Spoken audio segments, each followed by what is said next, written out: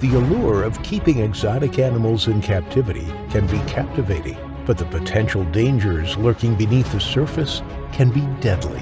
While these fascinating creatures may seem docile, their inherent wild instincts can prove to be treacherous for those who hold them captive.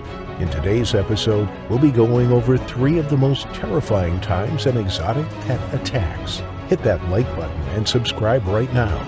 Welcome to Final Affliction.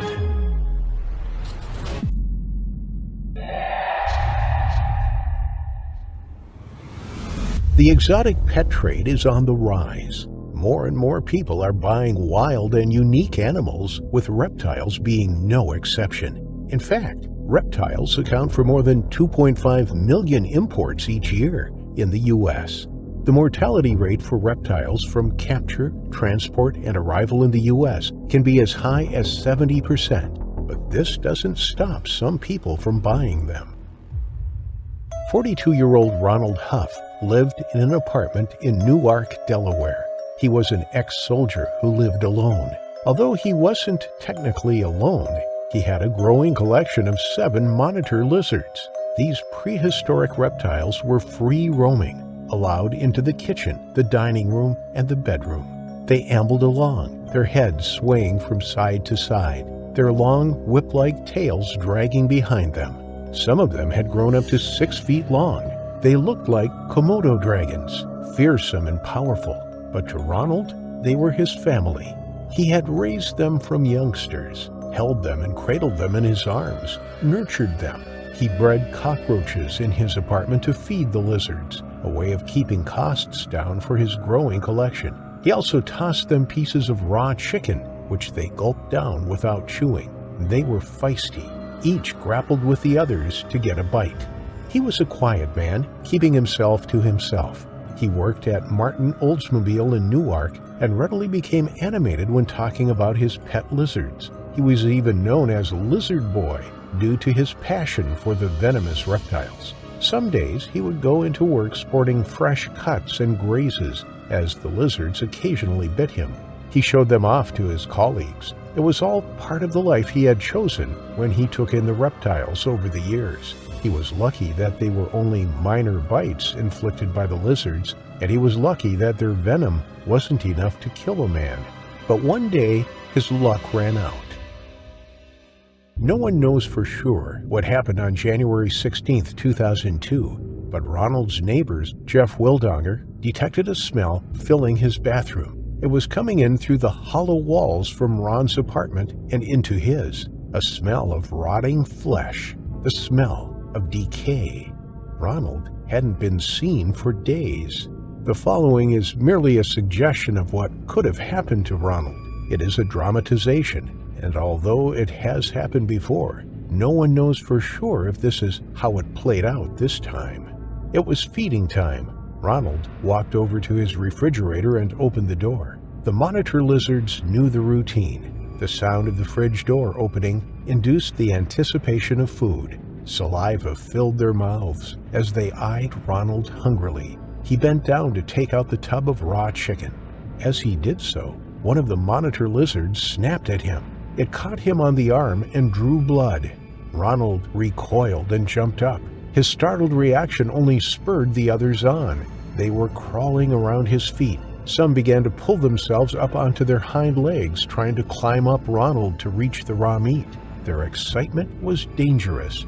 Their eyes were fixated on the tub of fresh meat in Ronald's hand. He lifted it above his head as the biggest of the lizards lunged upwards. Quickly, Ronald, opening the tub, threw lumps of chicken at the reptiles. They caught the meat mid-air, throwing their heads back to help it slip down their throats and into their hungry bellies. But when the chicken was finished, the reptiles were still hungry. They had an insatiable appetite now that they were growing bigger and bigger. Another lizard lunged at Ronald again. He knew he needed to get out of the apartment quickly until they calmed down, but in his rush to get out the front door, he tripped and fell to the floor. The lizards were upon him in no time. Their razor-sharp teeth sliced into his flesh. They tore at his legs and arms and latched onto his face. The ex-soldier could have easily pushed one of them off, but with 7 all tucking into him, he struggled to fight back. Their combined weight pinned him to the ground. He reached the front door and made one last attempt to open it, but it was too late. When officers arrived on scene, they knocked on Ronald's front door. There was no answer. They heard a scuttling noise coming from the other side of the door. There was movement in there. It was coming from someone or something. They knocked again, calling out to the young man before deciding to force entry. As they did so, they pushed the door open. Something was blocking the way. Finally, they managed to open the door just enough to peer around and into the apartment. A stench filled their nostrils. They gagged and covered their mouths. Then they stepped into the room. There, on the floor, was Ronald's body, slumped against the door, and right there, feasting on it, were all 7 of his pet monitor lizards. They hissed at the officers, their forked tongues flicking outwards as they smelled the intruders. Their faces were speckled with blood. Their snouts were stained red. Ronald's face had been almost totally devoured. His molar teeth were visible as his skin and flesh had been torn from the side of his face. The officers managed to force their way into the apartment, ushering the lizards away. But the monitors were protective of their kill. They threatened to bite the policemen whilst they looked around the apartment for more clues. The lizards were captured by wildlife officials and rehomed in wildlife sanctuaries. The most aggressive lizard was put down. It was too much of a threat, and they were unsure if it had been responsible for its owner's death. An autopsy on Ronald proved inconclusive. Nobody could tell whether Ronald had died of natural causes and then the lizards had feasted on his dead body, or whether the lizards had turned on him and killed him. A police officer who had been there when the lizard boy was discovered suspected the latter. He was convinced the lizards had inflicted severe wounds on their owner before eating him alive. The way Ronald was slumped on the floor in front of the door suggested that he was trying to leave the apartment. Maybe they had turned on him. If all 7 of them had launched an attack, then he may have been overpowered by them, especially as a few of the specimens were a hefty weight at 6 feet long. The evidence he had been attacked by them before, bearing the wounds for his colleagues to see, suggested that the lizards were aggressive towards him. Had the lizards he had nurtured for so long betrayed his trust? Had they finally turned on him? The answers are not clear, but this is a very real possibility, and attacks like this have been known to happen before. Keeping exotic animals may be interesting and exciting, but they come with their risks, and purchasing these creatures is only going to fuel the illegal pet trade. In 2015, Safari Lodge owner and conservationist West Mathewson made a decision that would change his life forever. He rescued 2 one-week-old lion cubs from a nearby farm that bred lions until they were big enough and old enough to be released into the bush to be hunted by trophy hunters. West thought the sport was cruel and couldn't stand the thought of these 2 female cubs being reared for slaughter. They were rare white lionesses, and West saw a business opportunity in the making. He bought the pair of them and took them back to his Lion Tree Top Lodge in Hedensprut, just outside the infamous Kruger National Park in the Limpopo province of South Africa. He was as devoted to them as he had been to his own children, and named them Demi and Tanner. Day and night, he bottle-fed them until they were weaned onto a diet consisting mostly of meat. He built in a daily routine which included playing with the cubs and taking them on walks 2 or 3 times a day. He was their father figure, and they became like family to him. Soon, he was introducing his guests to the cute lionesses, and they were certainly a huge visitor attraction. On his website, West posted many photos of the guests playing with the young lions and enjoying the close-up experience, even with children walking side by side with them. But they were growing up. As the months ticked by, they grew bigger and required more exercise and space to roam. They were becoming powerful, and West could see that their play fighting was beginning to resemble that of adult lions. but West remained as devoted to them as he had ever been. By 3 years old, the lionesses were considered fully grown. West developed the nickname Uncle West, as he was seen as a caring, fatherly figure to the two white lionesses. He wrapped his arms around their enormous heads, giving them tight hugs, and they would sometimes include him in their play fighting, which often became too rough for West to join in. He had to be careful. In his late 60s, West certainly wasn't getting any younger, and the lionesses were only getting stronger and bolder. Whilst Demi and Tanner hadn't shown any aggression towards West, his family, or any of his visitors, there were warning signs that they still had strong wild instincts. It was only natural for them to display their natural behavior. Although they had been hand-reared by West and had only ever known their life on his property, they still had the innate ability to hunt. In 2017, when the pair were 2 years old, they escaped from West's property. On the other side of the fence, they had spotted Kepekulu Justice and a colleague who were out on the veld collecting wood. When one of the lionesses ran towards Justice, she leapt onto him and pinned him to the ground, whilst the other female stood watching. The man yelled for help, and his friend came to his rescue, picking up stones and pelting them at the lion. She ran off, and Justice's friend helped him to his feet and carried him to a phone box to call for an ambulance. He was bloodied all over and suffered from lacerations to his legs, torso, stomach, and chest.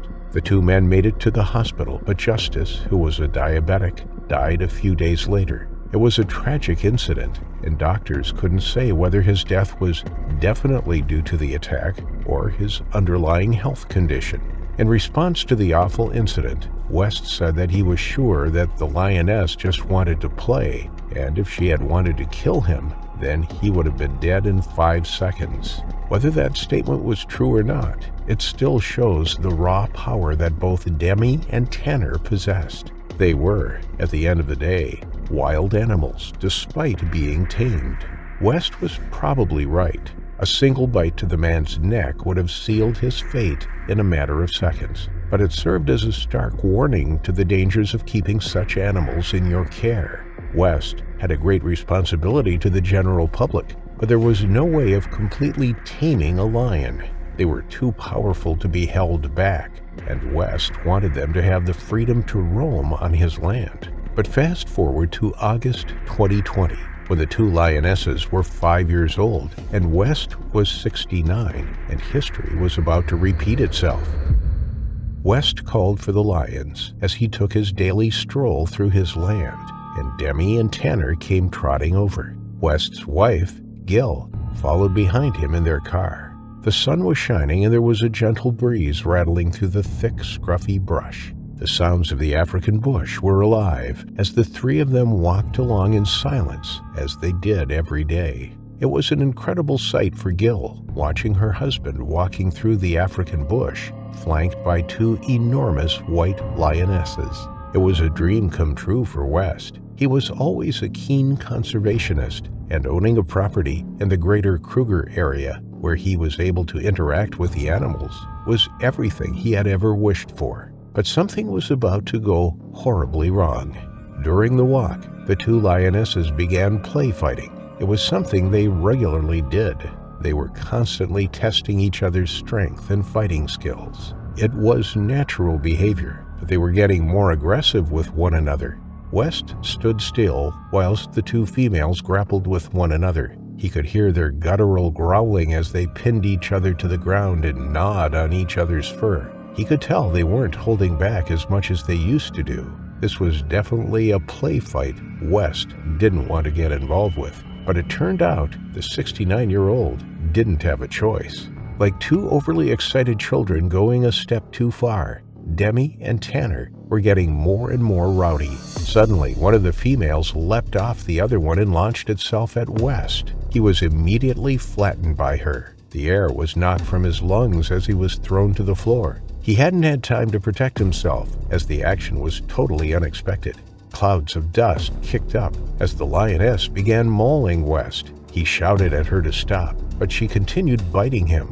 Gil could see her husband was in trouble. She had seen him wrestle with the lions many times before. But this was different. This was much more frenzied and powerful. She honked the car horn and shouted out of the window. She rammed the car forwards to scare the lions away. Mercifully, the lioness snapped out of the zone she was in and jumped up and off West. Gil ran to his side. He was bleeding profusely, and she tried to stem the bleeding from his neck. As the African soil turned red all around West, Gil called the emergency services. Paramedics rushed to the scene, but it was too late. West had died in Gil's arms. The attack had happened so quickly that there wasn't anything Gil could have done. One powerful bite to West's neck, and an artery was severed. There was no coming back from that, and in an instant, Uncle West was gone. The two lionesses he had nursed from 1 week old had turned on him, and his legacy came to a tragic end. Whilst the family tried to come to terms with the devastating loss of West, who was a father to 4 sons and grandfather to 6 grandchildren, they were determined that the animals would not be harmed. It was not what West would have wanted, and his daughter-in-law, Terry Mathewson, was certain that the lionesses were only engaging in rough play. They didn't know their own strength, and one of them had inadvertently killed their owner and carer. It was unlikely to have been a deliberate attack, but it had ended in disaster. Demi and Tanner were darted and were removed from the property. Having mourned the loss of West, it was sad for the family to see the lions go. They had been such a big part of West's life over the past 5 years that their loss was like losing him all over again. They were taken to an endangered species center, and the family stated that they would be released into the best environment available to them. While saying goodbye to a loved one is never easy, the family found comfort and peace in knowing that West died doing what he loved, living his dream, being in nature and with his lions that were so close to his heart. But as long as people continue to be around dangerous apex predators like these 2 lions, West Mathewson won't be the last one to meet their terrifying final affliction. It was just another ordinary Wednesday morning in Moihu, a small community in northeast Victoria, Australia. Paul MacDonald, a 46-year-old farmer and loving husband, went outside to feed his pet deer, a cross between a red deer and an elk. He had owned the stag for 6 years, and the couple had always considered it a part of their family. But what seemed like a routine task turned into a horrific tragedy. Paul's wife, Mandy, and their 17-year-old son, Ethan, heard a commotion coming from outside. As they rushed to investigate, they found Paul being viciously attacked by the animal he had raised and cared for. Mandy MacDonald couldn't believe her eyes as she saw her husband Paul being attacked by the family's pet deer. The stag, which had been part of their family for over 6 years, was now acting aggressively, pouncing on Paul with its sharp hooves and antlers. Mandy was filled with a mix of terror and determination as she ran towards the scene, determined to save her husband. As she approached, she saw the deer thrashing its antlers, trying to gore Paul with each swift movement. Paul was trying his best to fend off the animal, but the deer was too strong for him. Mandy watched in horror as her husband's body was tossed and turned by the aggressive stag. Despite the danger, Mandy refused to stand idly by and let her husband suffer alone. She sprinted towards the scene, determined to save her love from the dangerous animal. Mandy had to think quickly as she approached the stag. She didn't have a weapon, and the deer was in a frenzy. She decided to use her voice to try and distract the animal and save Paul. She screamed loudly, trying to startle the stag and draw its attention away from Paul. To her relief, the deer turned its gaze toward her, giving Paul a brief moment of respite, but the moment was short-lived as the stag shifted its focus to Mandy. The animal's eyes were wild with rage as it charged at Mandy. She braced herself for the impact, but the stag was too quick. She felt its sharp hooves hit her legs and its antlers strike her upper body. The pain was intense, but Mandy refused to give up. She tried to keep her footing and fight back, but the deer was relentless. Mandy could feel her strength waning and she feared she wouldn't be able to escape the animal's wrath.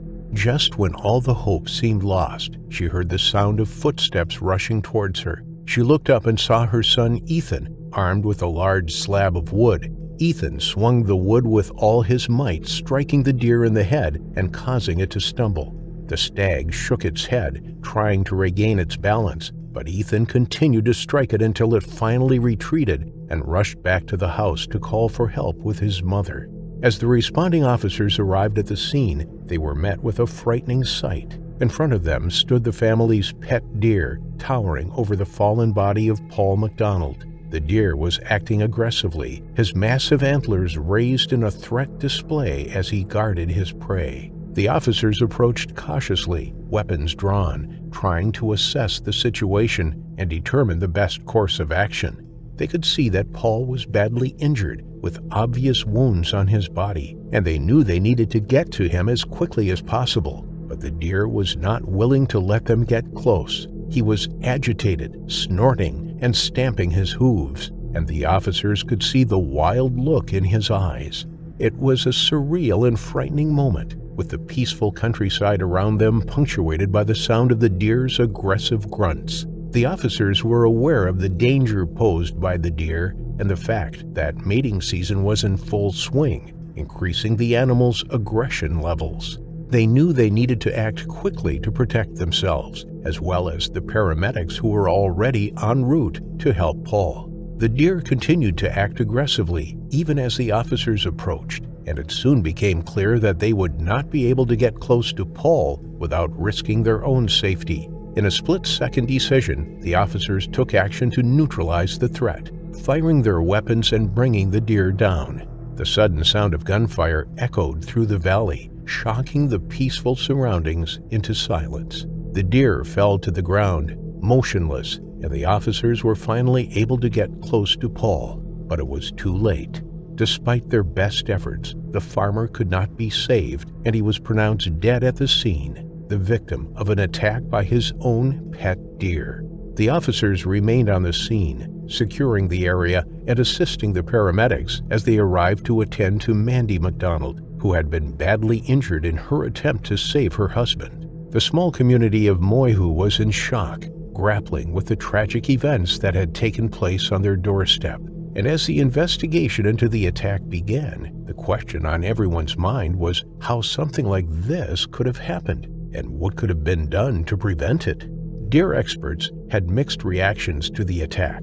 Steve Garlick, chairman of the Deer Management Committee at the Australian Deer Association, was quoted as saying that deer are much less likely to attack anyone than they are to run away from them. However, others familiar with the stag species were not as surprised, given that the fall months are deer mating season. During this time, with higher testosterone levels, deer can become more aggressive. The attack has deeply affected the family, especially Paul's 19-year-old daughter, Gemma, who paid a touching tribute to her father. He did everything that a dad was supposed to do and taught us everything we need to know.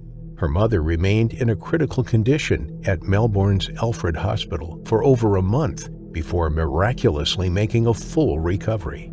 The attack by Paul's pet deer serves as a reminder that domesticating wild animals can be a dangerous and potentially deadly decision. Despite their alluring beauty and majestic presence, wild animals are not meant to be kept as pets. They are animals with instincts, behaviors, and physical attributes that are designed to survive in their natural habitats. When those animals are taken from their natural environment and kept in captivity, their natural instincts and behaviors can become unpredictable and dangerous, leaving its owner and the community at risk of meeting their final affliction.